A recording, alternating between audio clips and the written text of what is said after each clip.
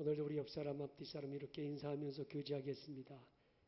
깨닫는 것이 복입니다. 인사합시다. 나폴레옹이 유럽을 정복한 후에 그 기세를 몰아서 러시아까지 진격할 때의 일입니다. 어느 날 전쟁에 출정하기 전날 한 귀부인을 만나서 나폴레옹이 자신의 승전의 확신과 계획을 상세하게 설명했습니다. 그때 듣고 있던 부인이 이렇게 말했습니다. 인간이 계획하지만 이루시는 분은 하나님이십니다. 이렇게 얘기를 해주니까 나폴레옹이 뭐라고 했습니까? 부인, 모든 것은 제가 계획하고 제가 다 이룰 것입니다.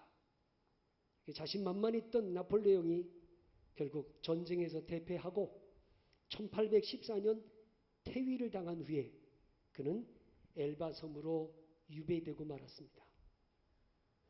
사람이 교만하고 방종하는 것은 모든 능력이 지혜가 자기에게 있다고 착각하고 있기 때문이죠.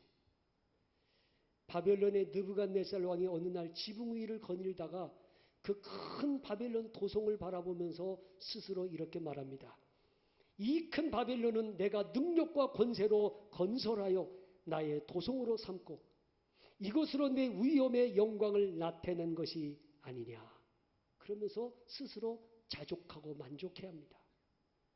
근데 그때 하나님이 그 바벨론 느부갓네살 왕의 교만을 보시고 총명을 제하여 버리시니 그가 미치광이처럼 7년 동안 산속에서 들짐승처럼 삽니다. 7년이 지난 후에야 비로소 느부갓네살이 깨달았어요. 모든 권세가 모든 지혜가 하나님께 있는 거구나. 이걸 깨달을 때 다시 총명이 돌아와 그가 왕의 자리에 오르게 됩니다. 여러분 이걸 아셔야 돼요.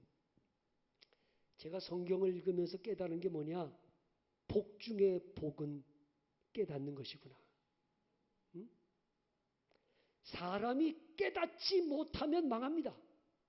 시편 49편 20절 말씀에 존귀하나 깨닫지 못하는 사람은 멸망하는 짐승 같도다. 호세아서 4장 14절 말씀에 깨닫지 못하는 백성은 망하리라. 예수님께서 십자가에 달리셔서 자기를 조롱하고 비웃는 무리들, 대적하는 무리들을 향하여 이런 기도하셨어요. 아버지, 저들을 사하여 주옵소서. 자기들이 하는 것을 알지 못함이니이다. 깨닫지 못하는 거예요. 예수님이 하나님의 아들이라는 거, 예수님이 자기들을 구원할 구세주라는 사실을 깨닫지 못하기 때문에 예수님을 조롱하고 십자가에 못 박는 이 무리들을 긍휼히 여겨달라고 안타까워하며 기도하고 계신 것이죠. 정말 복 중에 복은 깨닫는 거예요. 내가 죄인이라는 사실을 깨닫는 거, 예수 그리스도가 나의 구원자 되신다는 걸 깨닫는 사람은 복 있는 사람이죠. 세상을 창조하신 분이 하나님이시고 세상의 모든 것이 다 하나님의 것이며 빛들로부터 위로부터 주어지는 가장 좋은 것들이 하나님께로부터 주어지는 것임을 깨닫는 사람, 복 있는 사람이죠. 그래서 사무엘상 2장 6절로 8절에서 한나라는 여인이 이런 노래를 합니다. 여호와는 죽이기도 하고 살리기도 하시며 스월에 내리기도 하시고 거기서 올리기도 하시는도다. 여호와는 가난하게도 하시고 부하게도 하시며 낮추기도 하시고 높이기도 하시는도다. 가난한 자를 진토에서 일으키시며 빈궁한 자를 거름더미에서 올리사 귀족들과 함께 앉게 하시며 영광의 자리를 차지하게 하시는도다. 땅의 기둥들은 여호와의 것이라 여호와께서 세계를 그것들 위에 세우셨도다. 한나라는 여인은 생명이 하나님께 있고 빈부 귀천이 하나님께 있고 성공과 실패가 하나님께 있다는 걸 깨달았습니다. 여러분 이게 복이에요. 아, 살고 죽는 게 하나님의 주권이 있는 거구나. 사람이 가난해지고 부하게 되고 높아지고 낮아지고 성공하고 실패하고 이 모든 것이 하나님의 주권에 있다는 걸 깨닫는 사람은 복이 있습니다. 왜냐하면 결코 절망하는 법이 없기 때문이죠. 여러분, 살고 죽는 게 하나님께 있어요. 병원에서 의사가 죽는다고 해도 절망하지 않아요. 결국 생명은 하나님이 부르시는 거니까. 여러분, 사업을 하다가 잘못해서 빚더미에 앉아 신음할 때도 있죠. 살다 보면 절망의 벼랑 끝에 설 때도 있죠. 살다 보면 죽음의 그림자가 드리울 때도 있죠. 그러나 이 모든 걸 주관하시고 이 모든 문제의 해결자가 하나님이시라는 사실을 깨닫는 자는 결코 삶을 비관하거나 포기하거나 절망하지 않습니다. 여러분, 욥이라는 사람이 겪었던 고난은 그 전무후무한 고난이에요. 전에도 없었고 이후에도 없을 거예요. 한날에 10명의 자녀들 다 잃었어요. 한날에 그 모든 가축들 재산 다 빼앗겼습니다. 온몸에 종기가 나가서 몸에 송한 곳이 하나도 없습니다. 친구들이 와서 욥을 정죄합니다. 욥의 아내가 차라리 하나님을 욕하고 죽으라고 욥을 갖다가 더 충동질합니다. 이제 욥은 사방이 다 우겨싸임을 당한 것 같아서 앞이 보이질 않아요.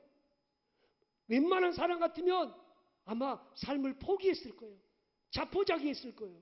그런데 욥은 절망하지 않았어요. 왜냐하면 내게 모든 걸 주시는 분도 하나님이시고 가져가시는 분도 하나님이라는 걸 알았기 때문이죠. 더군다나 이 상황에서도 하나님은 여전히 나를 사랑하신다는 걸 깨달았어요. 그래서 그는 이런 고백을 하는 거예요.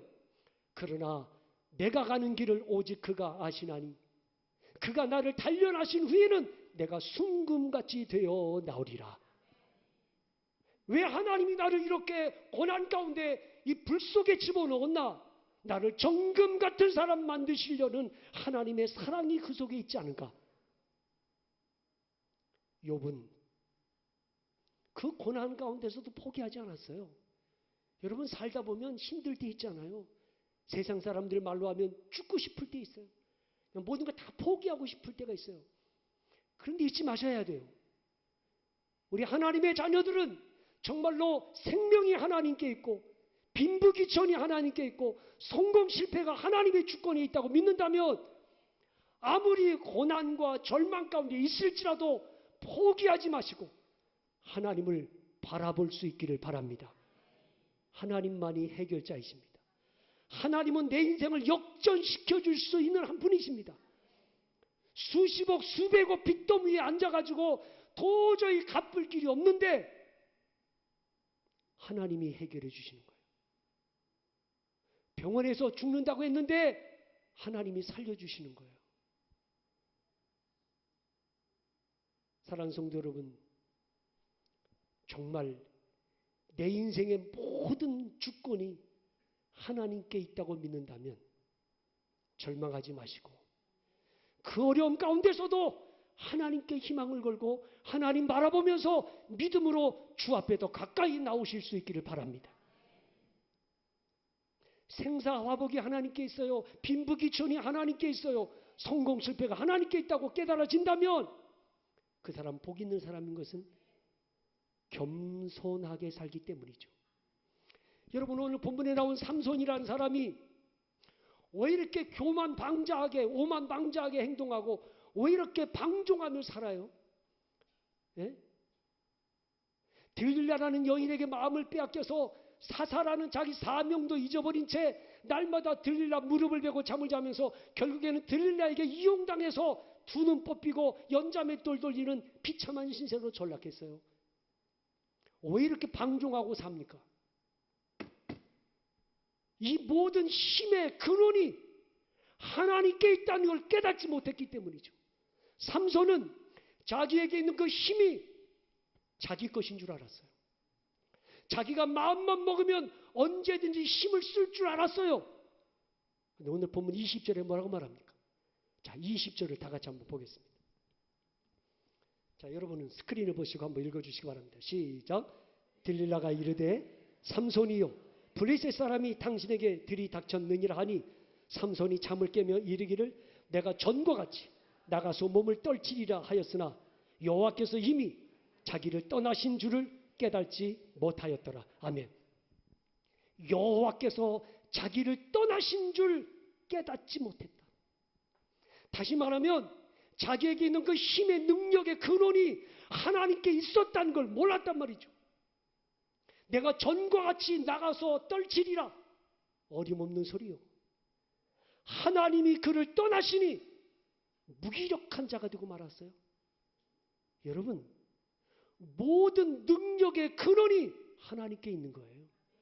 복의 근원이 하나님께 있는 거예요. 생명의 근원이 하나님께 있어요. 지혜와 총명의 근원이 하나님께 있어요. 그렇게 똑똑한 사람도, 그렇게 박식한 사람도 한순간에 치매가 와가지고 사람도 못 알아보는 사람이 돼요. 예? 여러분, 내가 똑똑해서 뭐 하는 줄 아십니까? 한순간에 바보 될 수 있어요. 내가 건강하다고요? 한순간에 와르르 무너질 수도 있어요. 내 생명이 영원한 것처럼 생각하지만 하룻밤에 그저 세상 조용히 떠날 수도 있어요. 도대체 내가 할 수 있는 게 뭐가 있습니까? 도대체 내 것이라고 할 수 있는 게 뭐가 있습니까? 다 하나님의 것이고 하나님의 주권 속에 있다는 걸 잊지 마셔야 돼요. 그래서 겸손해야 돼요. 방종하면 안 돼요. 내 것인 것처럼, 내 힘으로 할 수 있는 것처럼 자만하면 안 돼요. 하나님이 도와주지 않으면, 하나님이 붙들고 있던 손을 놔버리면 내 인생 끝나는 줄 아는 두렵고 떨리는 마음으로 하나님 앞에 겸손하게 사셔야 해요. 삼손처럼 자기 힘이 자기 것인 줄 알고 날마다 들릴라에게 찾아가서 그렇게 정욕에 빠져 살다가 결국 그의 인생 추락하고 말잖아요. 사실 다윗 왕은요, 참 실수도 많았고 약점도 많은 사람이에요. 근데도 하나님이 다윗 왕을 긍휼히 여기시고 다윗에게 은혜를 베풀어 주세요. 이유가 뭐예요? 다윗은요, 하나님 두려워할 줄 아는 겸손함이 있어요. 그래서 시편 18편 1절에서 이런 고백하는 거예요. 나의 힘이신 여호와여, 내가 주를 사랑하나이다. 그러니까 다윗은 자기가 왕이기 때문에 자기가 힘이 있다고 생각하지 않았어요. 군사력이 강하기 때문에 강하다고 생각하지 않았어요. 다윗은 하나님이 나의 힘의 근원인 걸 알았어요. 그래서 하나님 두려워하며 살아요. 밧세바를 취한 후에 나단 선지자에게 책망받았을 때 다윗이 하나님께 회개하잖아요. 그 회개할 때 한 기도가 뭔 줄 알아요? 시편 51편 11절에서 이런 기도하는 거예요. 나를 주 앞에서 쫓아내지 마시며 주의 성령을 내게서 거두지 마옵소서. 성령이 떠나는 순간 내 인생 끝난다는 걸 알아요. 하나님이 자기를 떠나는 순간 자기가 무기력해진다는 걸 알아요. 그래서 내게 성령을 거두지 말라고 간절히 간구하고 있는 거예요. 다윗은 하나님을 두려워할 줄 알아요. 반면에 사울왕은 하나님 두려워하는 마음이 없어요. 자기가 왕이라고 하니 권력이 백성들의 지지와 성원을 얻어서 된 줄 알아요. 어느 날 여인들이 노래를 불러요. 사울이 죽인 자는 천천히요 다윗은 만만이로다. 이 노래소리를 듣고 불쾌하게 여기며 다윗을 죽이려고 해요. 이유가 뭐예요? 권력이 하나님께로부터 주어진다는 걸 깨달았다면 그렇게 불안할 이유도 없고 다윗을 죽이려고 할 이유도 없어요. 문제는 백성들의 지지와 성원을 얻는 게 그게 바로 자기의 권력인 줄 알았어요. 착각이죠. 여러분, 정말 하나님께로부터 주어지는 것이라고 믿는다면 사람들의 말 때문에 치우치지 말고 두려워할 이유가 없습니다. 하나님 앞에만 바로 서면 하나님이 책임져 주실 거예요. 사도 바울이 육체의 질병을 고쳐달라고 하나님께 3번 간절히 기도했어요. 하나님이 고쳐주지 않았어요. 그때 다윗이 하나님께 원망 불평하지 않았습니다. 도리어 기뻐하며 감사했습니다. 왜요? 깨달았기 때문이죠. 뭘 깨달았습니까? 아하, 내 병을 고쳐주시지 않은 것은 그리스도의 능력을 내게 머물게 하기 위한 뜻이라는 걸 깨달았어요. 내가 약한 그때가 강함이라는 비밀을 깨달았어요. 나도 내 병을 못 고치는 주제에 내가 안수해서 병자가 나았다면 내 능력이 아니라 하나님의 능력이라는 걸 깨달았어요. 그래서 바울은 깨닫고 나니 이게 은혜라는 걸 깨달았어요.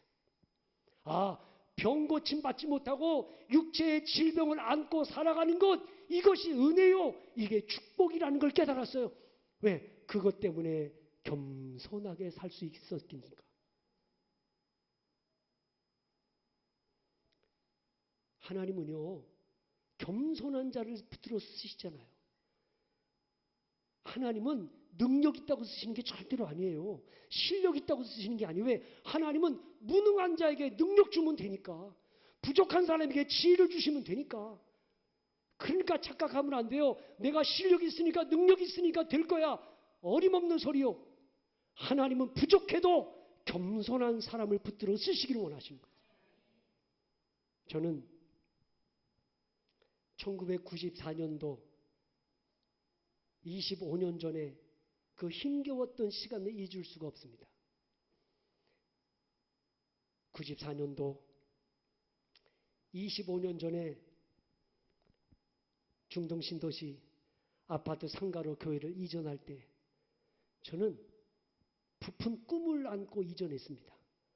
아파트 단지로만 가면 사람들이 막 몰려와가지고 삽시간에 부흥될 거라는 그런 꿈을 안고 왔는데 와보니까 매주 새로운 교인들이 오는데 6개월 동안 한 명도 등록하는 사람이 없었어요. 자, 그거 어떻게 됩니까? 이자는 내야 되는데 1억을 빌려가지고 와가지고 이자 감당 안 되죠. 월세 못 내죠. 계속 은행에서 독촉받죠. 너무너무 힘든 거예요. 그때 흰머리 다 난 거예요. 그때. 근데 흰머리 없었어요. 흰머리 없었는데 그때 워낙 힘드니까 막 전화해서 독촉받지요. 막 사람에게 시달리죠. 너무 힘든 거예요. 그래가지고 하나님 앞에 강대상에서 40일 동안 잠을 자면서 기도했어요. 하나님, 내가 이곳에서 계속 있어야 됩니까? 다른 곳으로 이전해야 됩니까? 하나님께 40일 동안 기도하는데 하나님이 나에게 어느 날 딱 깨닫게 해주셨어요. 깨닫는 은혜를 주셨어. 장소가 좋다고 교회에 부흥되는 거 아니다. 둘째, 설교 잘한다고 해서 부흥되는 거 아니다. 성령이 역사하실 때 교회가 부흥되는 거다. 그걸 딱 깨닫게 해주시는데요. 제가 그날 하나님께 정말로 간절히 회개했어요.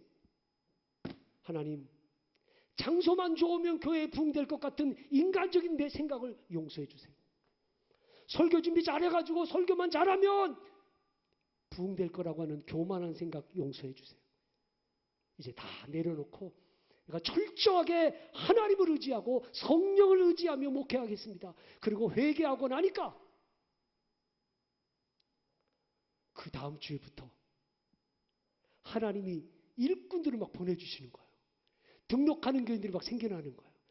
그리고 정말 앉을 자리 없도록 하나님이 부흥시켜 주셨어요. 그때 깨달은 거예요. 여러분, 내가 잘해서 되는 게 아니더라고. 하나님의 성령이 도와주시니까 되더라고. 오늘 여러분 착각하면 안 돼요. 내가 실력이 있으니까 능력이 있으니까 내가 하면 되겠지. 어림없는 소리예요. 삼손 같은 착각에 빠지지 않기를 바라요. 저는 지금 이 한국교회가 세상 사람들에게 지탄받고 있는 것이 마치 두 눈 뽑히고 연자맷돌 돌리면서 조롱당하는 삼손의 모습이 오늘 한국교회 우리들의 모습은 아닌지를 한번 제 조명해 놨으면 좋겠어요. 예배당만 크면 힘 있는 줄 아십니까? 교인들 많이 모이면 힘 있는 줄 아십니까? 아니요. 예배당 크고 교인 많이 모여서 힘 있는 게 아니고 하나님이 함께 하실 때 힘 있는 거예요. 하나님이 붙들어 주실 때 힘 있는 것이지.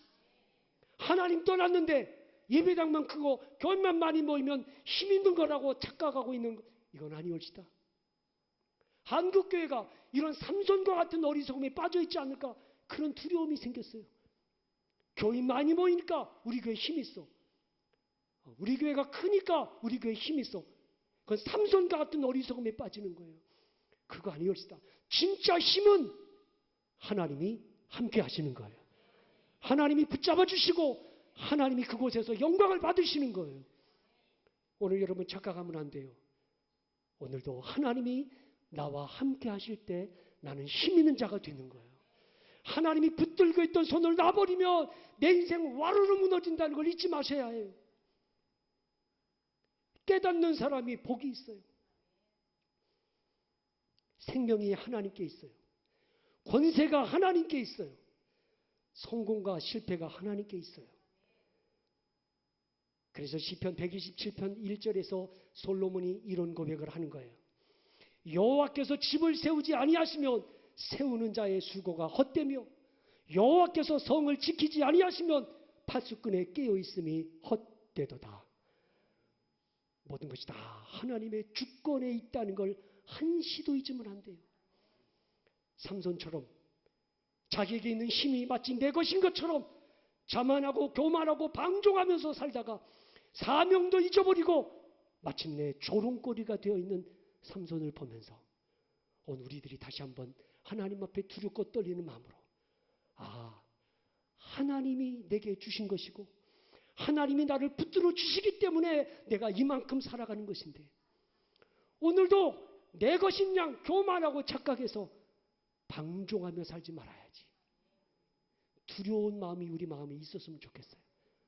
오늘 모두 모든 것이 하나님의 주권에 있다는 걸 깨닫고 겸손하게 하나님을 의지하며 믿음으로 살아가실 수 있기를 주님의 이름으로 축원합니다. 기도하겠습니다.